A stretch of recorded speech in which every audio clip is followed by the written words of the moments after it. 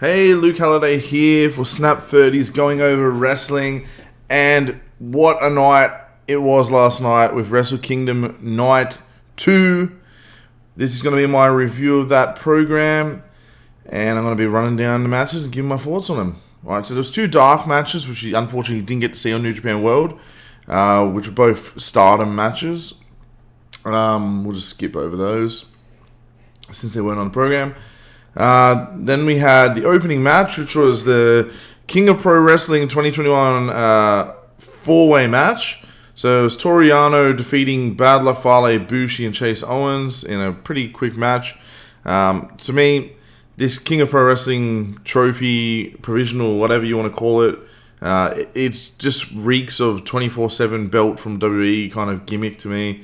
I feel like this has just been made to give something for Toru Yano to do. I don't really like the concept of this gimmick matches happening all the time in New Japan. A place where gimmick matches, I don't know, they don't really happen that often. But it does seem like similar to the 24/7 belt in WWE is just kind of for R-Truth to have something to do. This kind of just seems like something for Toru Yano to do.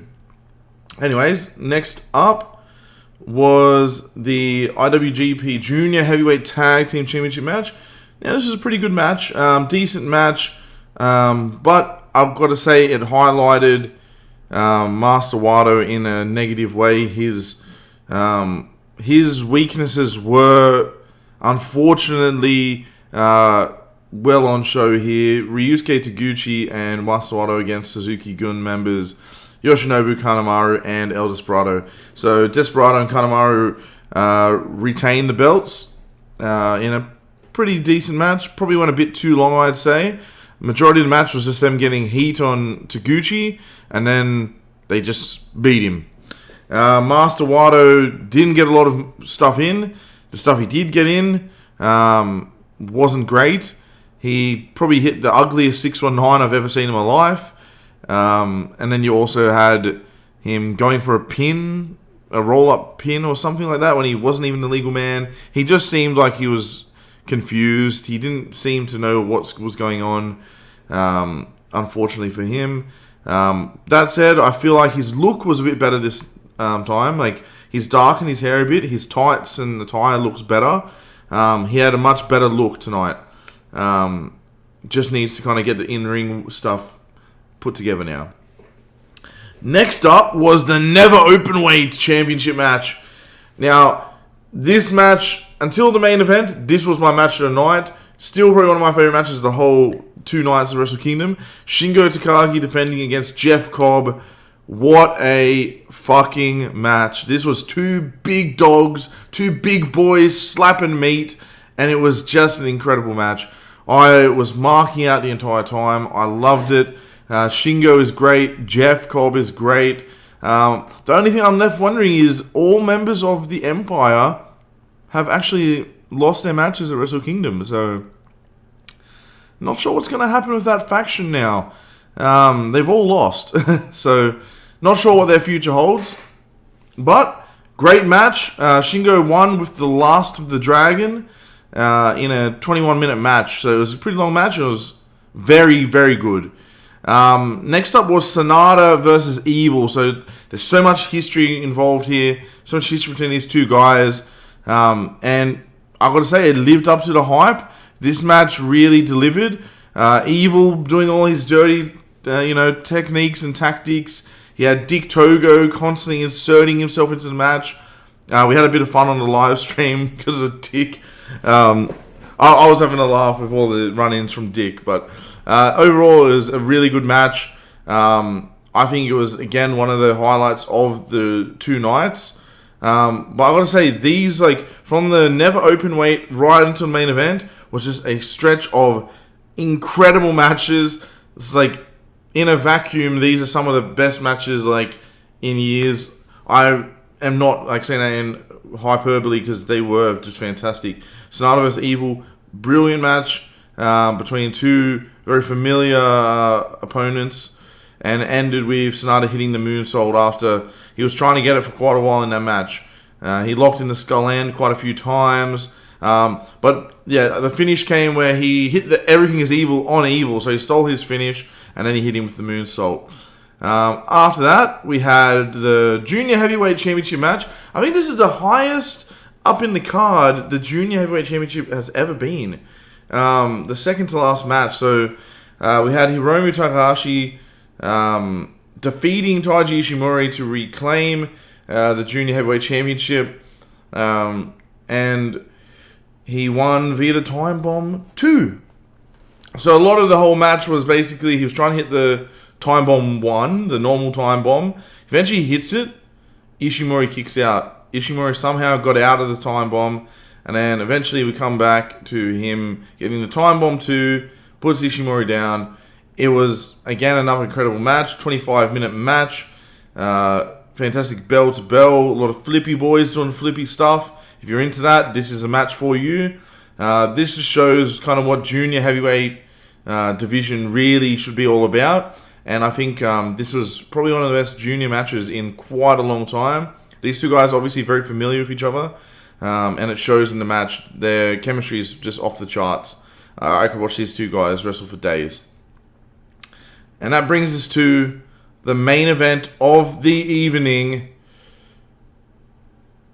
Kota Ibushi defending his newly won double championships, the IWGP Heavyweight and the IWGP Intercontinental Championships, against the dastardly Jay White. And I gotta say, this was one of the greatest main events of Wrestle Kingdom I've ever seen. One of the most incredible Tokyo Dome matches I've ever seen.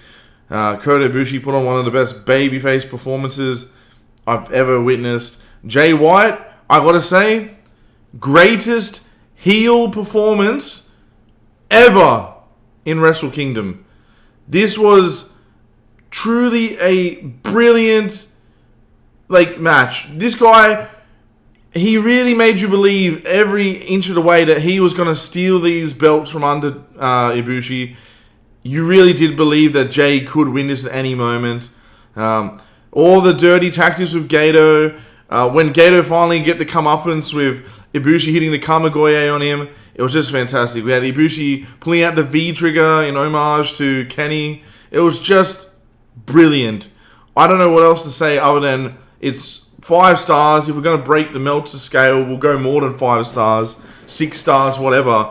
It was the longest match in Tokyo Dome history, in Wrestle Kingdom history, 48 minutes and 5 seconds. Sorry, not Tokyo Dome history, but Wrestle Kingdom history, 48 minutes and 5 seconds. Ibushi won by hitting the Kamigoye to the back of the head on Jay, then coming back around hitting him Kamigoye to the face. I kind of liked it because Jay has always kind of came up from behind and knifed him in the back all these different times, and kind of I feel like that was kind of poetry in a way, delivering that to Jay's back. And then to me, this guy is such a fucking good heel, such a gloriously fucking hateable bastard. After the match, he's still crawling, trying to grab the championships, and then the ref just pulls them out from under him, and the look on his face. This was a what do you call it? An Oscar-winning performance by Jay White. I think he is one of the greatest heels of this era, and I really am interested to see where things go from here.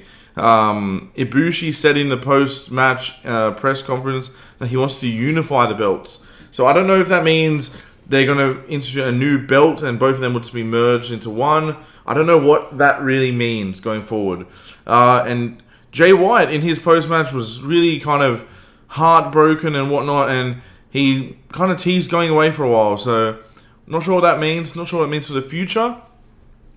But overall, I thought this was an absolutely remarkable Wrestle Kingdom. I think Night 2 eclipsed Night 1. Night 1 was still a fantastic show overall, but I really think Night 2 really set the bar to another level. Jay White and Ibushi, I could watch these guys wrestle forever. That match was simply another level. I think if you haven't watched that match, go and watch it. That is how a heel performance at a main event level should be done. Ibushi is just a great babyface. You just want to root for him. Jay is just a brilliant heel that you just want to see him lose. And I think New Japan accomplished something really amazing here in a trying time that is the COVID pandemic era. But I got to say, they pulled off an amazing show, which I didn't know could be done with the whole COVID stuff going on. The energy felt like it was there.